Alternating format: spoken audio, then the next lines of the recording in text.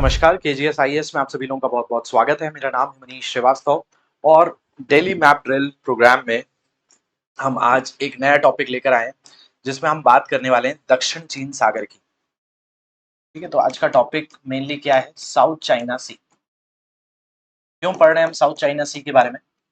तो जैसा आप लोगों को पता है, सीरीज में हम किसी ना किसी दुनिया की कोई लोकेशंस को लेते हैं जो हाल ही में चर्चा में रहती है और उसके अनुरूप वहाँ की सारी लोकेशंस को बहुत अच्छे से ट्रेस करते हैं। तो उसी क्रम में ये जो आपका डेली मैप ड्रिल है, तो आज हम ड्रिल कहाँ की करेंगे? साउथ चाइना सी की करेंगे। लेकिन जैसा मैंने कहा, इसका कोई ना कोई कॉन्टेक्स्ट होगा, कोई ना कोई संदर्भ होगा। तो सबसे पहले समझिए कि क्या हुआ है। 10 वर्ष हो चुके हैं 2016 से 2026 में। तो 10 साल पहले क्या हुआ था? 10 साल पहले जो एक केस था, जो किसने किया था? सागर पर किसका हक है, इसको लेकर जो चीन अपना अधिग्रहण करता है। 9 डैश लाइन क्या है, और ये अपना एक पुराना 1947 का मैप दिखाता है और कहता है कि उसके हिसाब से दक्षिण चीन सागर है। तो फिलीपींस ने इसको लेकर कोर्ट में, अंतर्राष्ट्रीय कोर्ट में ये गए थे और इसका आधार जो था वो यूएनसीएलओएस की मान, मतलब ये कहलाता है United Nations convention law on sea. एक अंतर्राष्ट्रीय संयुक्त राष्ट्र का संघ है जो समुद्र के ऊपर किसका हक है, इस कानून से जुड़ी हुई चीजें बताता है। जिसके अनुसार पता चलता है कि कोई भी देश की सीमा से, जैसे भारत की सीमा से 200 नॉटिकल माइल्स तक का क्षेत्र, 200 नॉटिकल माइल्स तक का क्षेत्र मतलब 386 किलोमीटर तक का क्षेत्र, वो उसका संप्रभु क्षेत्र होता है। तो इसको लेकर फिलीपींस ने आपत्ति जताई थी, क्योंकि चाइना कई क्षेत्रों को दक्षिण चीन सागर में अपना बताता था, 9 डैश लाइन की बात करता था। तो ये कोर्ट का डिसीजन आया था कि भाई ये चाइना जो अधिकार दिखा रहा है वो गलत है। तो इसको लेकर 10 वर्ष हो गए। चाइना ने उस समय भी रिजेक्ट किया था, अभी भी कर रहा है। China reject South China Sea ruling on 10-year anniversary. तो China said disputes involving territorial sovereignty and maritime definition fall outside scope of compulsory dispute settlement procedure under UN Convention on the Law on Sea। यानी China वो 10 साल से इसी चीज पर अड़ा हुआ है कि जो संयुक्त राष्ट्र का ये कन्वेंशन लॉ ऑन सी है, समुद्र के ऊपर जो कानून है, उसको आंतरिक मामलों पर वो लागू नहीं होता है, भले वो उसका बाहरी हिस्सा है। ये क्या है पूरा मामला, थोड़ा समझते हैं। तो ये जो पूरा का पूरा क्षेत्र आपको दिख रहा है, ये चीन है और चीन के दक्षिण में है, इसलिए इसको दक्षिण चीन सागर कह देते हैं। तो चाइना जो है, कुछ ऐसी लाइनें हैं जो उसका एक बहुत पुराना मैप है। जैसे भारत का भी मैप आप देखोगे तो उसमें जैसे हमारे प्राचीन कई मैप मिलते हैं कि हमारे पास कांधार तक का क्षेत्र था, मुगल जैसे आप मौर्यों के बारे में पढ़ते हैं, है ना। हर काल में मराठाओं के समय एक अलग मैप देखने मिलता है। तो हम अगर उस मैप के अनुसार आज की जो है सीमाओं के साथ सीमांकन करना चालू करें तो विवाद बढ़ेगा। लेकिन चीन इस चीज को मान्यता देता है।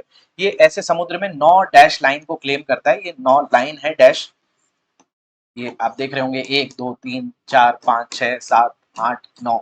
तो इनको 9 डैश लाइन कहते हैं। उसके अनुसार ये कहना चाहता है कि भाई इनके पास 200 नॉटिकल माइल्स तक का क्षेत्र तो हमारा ही क्षेत्र हो गया। तो इसी के 10 वर्ष पूरे हो चुके हैं। तो चीन ने साउथ चाइना सी पर अपने दावों को लेकर 2016 में परमानेंट कोर्ट ऑफ आर्बिट्रेशन के ऐतिहासिक फैसले को एक बार फिर पूरी तरह से खारिज कर दिया है और इस फैसले की 10वीं बरसी पर इसे गैर कानूनी और अमान्य घोषित किया है। तो ऑन द 10th एनिवर्सरी ये इसको क्या कह रहा है, इलीगल कह रहा है कि हमारे इंटरनल मैटर्स में जा रहे हैं। अब इसका आगे होगा क्या नहीं होगा वो आगे की चीज है, लेकिन हम इस सीरीज में क्या पढ़ते हैं, मैप पढ़ते हैं। तो चलिए बिना देरी किए मैप की बात कर लेते हैं। ये कहाँ है साउथ चाइना सी? तो अगर हम साउथ चाइना सी की बात करें तो यहाँ पे आपको जो क्षेत्र दिख रहा है ये चीन का दिख रहा है। इस तरफ ये फर्मोसा, जिसका नाम आप ताइवान कहते हैं, ये ताइवान आ जाता है। तो यहाँ पर है ताइवान और इसी ताइवान के ये वाला जो क्षेत्र है, इसको लेकर जो विवाद है, इसी में इसको कहते हैं आप साउथ चाइना सी। इस तरफ आपको जो दिखेगा वो उसको ईस्ट चाइना सी कहते हैं, जो पैसिफिक के एक हिस्सा है। तो यहाँ पर ये पूरा का पूरा क्षेत्र आज हमारा जो स्टडी का है वो दक्षिण चीन सागर है। तो दक्षिण चीन सागर के बारे में अगर हम बात करें तो इसमें थोड़ा सा और गहराई में जाते हैं। तो यहाँ पे ना कुछ आइलैंड्स मिलेंगे, पैरासेल्स आइलैंड, ऐसे बहुत 100-150 द्वीप बसे हुए हैं। इन पर भी चाइना अपना क्लेम करता रहता है, कहीं पर आर्टिफिशियल तरीके से अपना क्षेत्र बना देता है। तो अगर हम ये बात करें, 9 डैश लाइन मैंने आपको बताया, ये भी इसी के अंतर्गत यहाँ पर आ जाती है। तो दक्षिण चीन सागर क्या है? दक्षिण चीन सागर भाई पश्चिमी प्रशांत महासागर का एक अहम हिस्सा है। ठीक है, किसका हिस्सा है ये? दक्षिण चीन सागर का। जो दक्षिण चीन सागर है वो पश्चिमी प्रशांत महासागर का एक अहम हिस्सा माना जाता है और ये दुनिया के सबसे महत्वपूर्ण समुद्री इलाकों में से एक है, क्योंकि यहाँ से ऑयल, गैस रिजर्व्स, फिशिंग, इनके लिए बड़ा जाना जाता है। अगर चाइना इस पे कंट्रोल करता है तो वर्ल्ड ट्रेड पर चाइना का और ज्यादा कब्जा हो जाएगा। तो ये एक बहुत ही स्ट्रैटेजिक पोजीशन है और इन छोटे देश जो हैं यहाँ पर, जैसे वियतनाम की बात करें ना, यहाँ पे कुछ देश हैं, जैसे इनका सबसे ज्यादा ये विवाद है। इसमें वियतनाम शामिल हो गया, मलेशिया शामिल हो गया, ठीक है। इसके अलावा फिलीपींस है, फिलीपींस के अलावा वियतनाम आ जाता है यहाँ पे। वियतनाम के साथ साथ यहाँ पे ब्रुनई है, ये भी इसके अधिकार क्षेत्र। तो ये थोड़ा सा विवाद इस क्षेत्र में ज्यादा अधिक देखने मिल जाता है। ऊपर ताइवान भी है, ठीक है। ये पूरा का पूरा क्षेत्र आपको वियतनाम का नजर आ रहा है, ठीक है। तो इसमें इंडोनेशिया का बहुत ज्यादा रोल नहीं है, इंडोनेशिया थोड़ा नीचे है, तो इंडोनेशिया को इतनी दिक्कत नहीं है क्योंकि इंडोनेशिया के पास मलक्का स्ट्रेट है। लेकिन ये फार्मोसा स्ट्रेट जो है, मतलब पूरे प्रशांत महासागर को इस तरफ ट्रेड करने में बहुत बड़ी जो क्षेत्र गुजरता है वो दक्षिण चीन सागर गुजरता है। तो ये आर्थिक तौर पर भी महत्वपूर्ण है, रणनीतिक तौर पर भी बहुत महत्वपूर्ण है, दोनों नजरिए से। और एक मुख्य वैश्विक समुद्री रास्ते के तौर पर काम करता है और साथ ही कई जटिल और एक दूसरे से जुड़े क्षेत्रीय विवादों का केंद्र भी है, ठीक है। तो अब ये विवाद पर ना जाते हुए, हमने जैसा कहा, हम थोड़ा सा मैप को अच्छे से देख लेते हैं। तो इस मैप में आपको यहाँ पे नजर आ रहा है चाइना, ये है चीन, और चीन के ही ये दक्षिण में हो गया तो दक्षिण चीन सागर। इस तरफ आप देखोगे तो ये मलेशिया वाला क्षेत्र हो गया, ये वियतनाम क्षेत्र हो गया, ये फिलीपींस हो गया, यहाँ पे ब्रुनई हो गया। तो यहाँ पे कौन कौन से क्षेत्र सीधे तौर पर शामिल हैं? तो अगर आप देखो तो भारत ये है, यहाँ से एक रास्ता निकलता है जिसको कौन सी स्ट्रेट कहते हैं? मलक्का स्ट्रेट कहते हैं। तो मलक्का स्ट्रेट सीधे अंडमान निकोबार के पास, यहाँ से ये पूरी की पूरी, मतलब प्रशांत महासागर को हिंद महासागर से जोड़ने वाली जो स्ट्रेट है दुनिया में, वो मलक्का स्ट्रेट है, जो मलेशिया और इंडोनेशिया के बीच में यहाँ पे मिलती है। यहीं पर सिंगापुर भी आ जाता है। यहाँ पे आपको पूरा क्षेत्र देखने मिलेगा, यह वियतनाम है। वियतनाम के अलावा ये आपका जो क्षेत्र देखने मिल रहा है, यहाँ पे ये थाईलैंड भी हो गया, इस तरफ कंबोडिया भी हो गया। तो ये इस क्षेत्र में Thailand, Cambodia, Vietnam, Malaysia, Singapore, है ना, इधर ब्रुनई, फिलीपींस, ये सारे के सारे इस दक्षिण चीन सागर के अंतर्गत आ जाते हैं। जो पूरा का पूरा पश्चिम का जो क्षेत्र है, वेस्ट का जो एरिया है, पैसिफिक ओशियन का जो एरिया है, प्रशांत महासागर से हिंद महासागर से जोड़ने में इस पूरे दक्षिण चीन सागर पर बात होती है। और अगर दक्षिण चीन सागर पर चीन पूरी तरह से कब्जा करता है तो ये वैश्विक व्यापार को भी प्रभावित करेगा, जैसे अभी स्ट्रेट ऑफ हॉर्मुज पर हो रहा है। तो अगर हम यहाँ पे बात करें तो जो मैंने अभी आपको बताया, ये स्ट्रेट ऑफ मलक्का है, मलक्का जल डमरू मध्य है, इसी के ऊपर यहाँ सिंगापुर, मलेशिया और नीचे इंडोनेशिया है। फिर इस तरफ चले जाओ तो अंडमान पड़ जाता है ना। यहाँ देश जो दिख रहे हैं ये ब्रुनई भी है, मलेशिया भी इसमें है ना। और ऊपर की तरफ जाओगे तो कंबोडिया, थाईलैंड भी हो जाता है, वियतनाम भी हो जाता है ना। वैसे स्ट्रेट्स में एक नीचे स्ट्रेट और है जिसको सुंडा स्ट्रेट कहते हैं, इंडोनेशिया के अंतर्गत ही है। एक लोम्बोक स्ट्रेट है जो इस तरफ आपका जावा सागर से जब इस तरफ आते हैं आप तो यहाँ पे पड़ता है।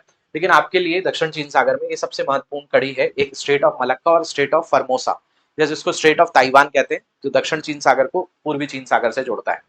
अब यहाँ पे आपके लिए जो सबसे प्रमुख केंद्र हैं, जो दक्षिण चीन सागर के साथ कहीं ना कहीं सीमा रखते हैं और जो विवाद है, वो विवाद इन क्षेत्रों पर अधिक है,